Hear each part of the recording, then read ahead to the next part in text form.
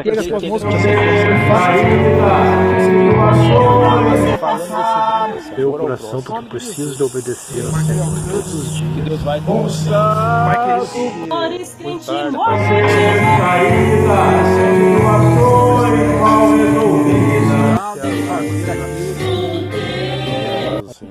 não é a minha pessoa, mas a palavra. Esta manhã que o Senhor come com a...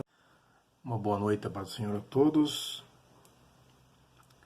Deus me pôs no coração uma rápida passagem para passar para os irmãos sobre o agir de Deus e as coisas que muitas vezes acontecem que Ele permite para a glória dele. A Escritura Sagrada nos adverte e nos revela que tudo que ali está é para nosso bem. Há advertências para nosso bem e há milagres, né? Palavras de conforto e também a palavra de advertência, que é todas e são todas para o nosso bem. Uma palavra que Deus pôs no meu coração para passar nesse vídeo são a passagem de João 11, né? A epígrafe vai nos dizer, nos diz que é a ressurreição de Lázaro. Vemos aqui no versículo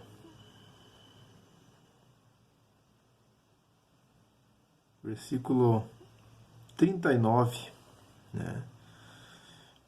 Disse Jesus: tirai a pedra. Marta, irmã do defunto, disse: Senhor, já cheira mal, porque já há de 4 dias.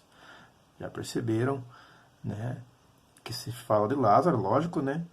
E como diz ali, 4 dias, simbolizando e dizendo que para os olhos humanos não havia mais jeito, né? A morte é o fim, a pessoa já estava cheirando mal, né? O seu irmão cheirava mal, então não tem mais jeito, né? Disse Jesus: não te hei dito que se creres verás a glória de Deus. Aí entra a palavra crer, ou seja, crer no que é impossível, mas só parece impossível. Por quê? Nós vemos que, e sabemos que, quando Jesus diz tirai a pedra, elas poderiam já de imediato dizer não, ele vai fazer. Mas elas simplesmente dizem, né? Senhor, já cheira mal porque é de 4 dias. Ou seja, dizendo, não adianta mais, Senhor. Nós te avisemos, de acordo aqui com 11:3, nós te avisemos que ele estava doente, mas infelizmente o Senhor chegou tarde. Isso que elas queriam dizer. Ele já cheirava mal, não tem mais jeito. Mas Jesus diz que se creres verás a glória de Deus. Tiraram, pois, a pedra, versículo 41, né? E disse-lhe Jesus, levantando os olhos para o céu, disse: Pai, graças te dou por me haveres ouvido. Versículo 42. Eu bem sei que sempre me ouves, mas eu disse isso por causa da multidão que está em redor, para que creiam que tu me enviaste. E tendo dito isto, clamou com grande voz: Lázaro, sai para fora. E o defunto saiu. Aqui vemos, irmãos, que o que chama atenção é que ele ora ao Pai e diz, né, graças te dou, Pai, porque sempre me ouves. Percebam que o mesmo Jesus que operou tantos milagres, na Escritura Sagrada nos é dito, nós vemos que ele cura várias enfermidades, pessoas endemoniadas, né? Pessoas leprosas, mulheres rejeitadas pela sociedade, com a mulher com fluxo de sangue, né? Todos conhecemos. A filha de Jairo, que a Bíblia nos relata também, que dizem para ele que ela já estava morta. Vejam que é parecida com a passagem de Lázaro, que também estava morto. Vemos que a palavra morte não tem um domínio sobre aquele que serve a Jesus, aquele que serve a Deus. Mas a pergunta que ecoa de alguns dizem, não poderia Jesus ter ressuscitado todos os mortos?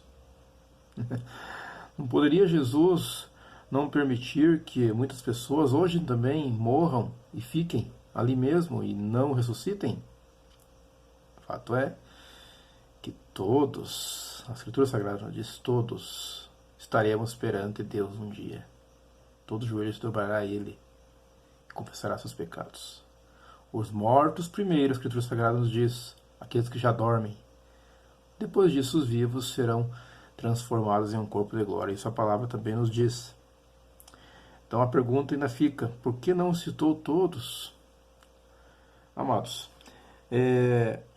aqui vemos que no versículo 45, né? Muitos, pois, dentre os judeus que tinham vindo a Maria e que tinham visto o que Jesus fizera, creram nele. Os propósitos dos milagres que aconteceram aqui, o que Jesus fez, foram para a glória de Deus e com um propósito. Versículo 46, mas alguns deles foram ter com os fariseus e disseram-se o que Jesus tinha feito. Depois os principais, os sacerdotes e os fariseus tomaram o conselho e diziam, que faremos, porquanto este homem faz muitos sinais. Se o deixarmos assim, todos crerão nele, e virão os romanos e tirarão o nosso lugar e a nação. Percebem que os fariseus, os que não criam nele, perceberam que com os sinais e os milagres poderosos que ele fazia e ainda faz, eles perderiam o seu cargo, a sua comodidade e as suas regalias, como se diz no grosseiro, né? E os romanos tirariam. Então eles perceberam que todo o povo creria. E agiram, né? Tomam um conselho para matarem Jesus, de acordo com a epígrafe, que se for ler mais à frente você vai poder entender, né?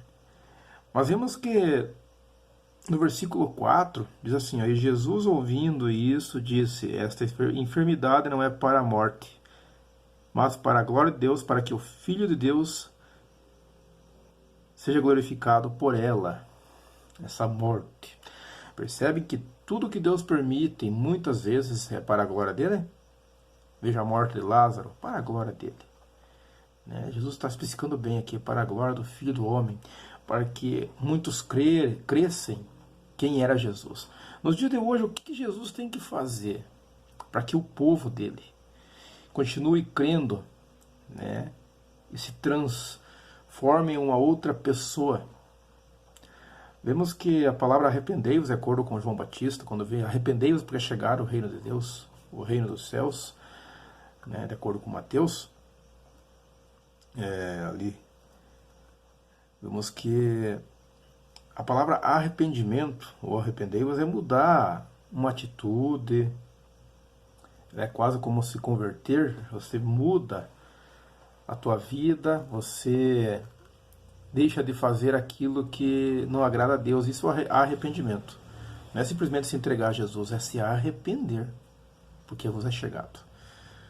Volto à pergunta, o que ainda? O que ainda? Deus tem que permitir em nossas vidas, vamos dizer em nossas vidas, não vou dizer na vida daquele que não crê, porque muitas vezes somos tão falhos, que não cremos que Deus, o qual está no controle de todas as coisas, tem permitido muitas coisas que sabemos nos dias atuais. Porque é para a glória dele, porque infelizmente o povo ainda não crê. Essa é a verdade. Infelizmente o povo duvida que Deus enviou o seu Filho para que todo aquele que nele crê não pereça, mas que tenha a vida eterna. Então a morte ou a vida, elas têm uma diferença. Morte sem Jesus, vida sem Jesus, morte com Jesus, né? E vida com Jesus. Tem essa diferença. Aquele que morre em Jesus é diferente do que morre sem Jesus. O pior tipo de morte é morrer negando e não crendo em Jesus. Porque as chances, não podemos julgar, as chances de condenação são muito grandes. Quem vai julgar é Deus. Mas de acordo com a Escritura Sagrada, as chances são muito grandes. Então vamos continuar firmes, crendo que Jesus é o único e suficiente Salvador para mim e para você. E volta a pergunta, até quando vamos duvidar? Até quando? Né? Vemos aqui que Jesus ainda aguardou alguns dias para chegar até lá. Se ele fosse de imediato, Lázaro não morreria, percebem? Mas quando ele chega, Lázaro já estava morto. Como disse desde o início do vídeo, havia um propósito pelaquela espera, havia um propósito para o acontecimento. Há um propósito na minha e tua vida. Né? Deus move céus e terras. Deus age ao extremo para produzir coisas extremas. Eu mesmo acabei tendo uma grande mudança quando um ente querido, uma pessoa muito próxima a mim, falecera, servia a Deus, e eu tive que ir ao seu velório, que era numa igreja evangélica, né?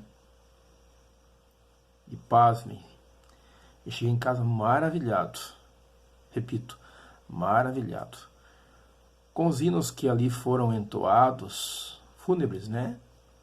Mas mexeu comigo, porque ali vemos que é o fim de tudo, mas não para ele, né?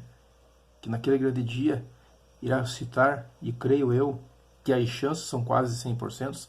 Eu digo quase porque quem julga é Deus, né? Como eu disse desde o início, não podemos julgar a ninguém, quem serve ou não. Mas de acordo com a Escritura Sagrada, as chances são muito poucas para quem não serve. Porque há um só caminho, Jesus, não há outro. Ele é o caminho, a verdade e a vida. Foi as palavras que pôs no meu coração para que você creia e saiba que há um propósito para todas as coisas aqui na terra onde vivemos. Males que tem sobre as nações, os povos, doenças e até mortes, tudo são para um propósito de Deus, porque Ele está no controle. E alguns ainda poderão dizer, Deus poderia evitar todas as catástrofes? Sendo Deus, poderia sim não haver nada. Mas será que o povo serviria? E se servisse, quem sabe servissem por comodidade e não por quem Ele é? A diferença está aí, amados. Você servir a Deus por quem Ele é, mas não pelo que Ele faz, é uma grande diferença. Você servir a Deus quando tudo está bem é uma coisa, mas você servir a Deus quando tudo não está bem já é outra coisa. Isso é um padrão moral, uma fé inabalável. Amém? Que Deus possa alcançar a tua vida. Não sei a aflição que você tem passado, mas Deus está no controle e no comando. Continue servindo, seja fiel a Ele. Não desanime, não deixe de servir a esse Deus mesmo agora, nesse momento que está passando.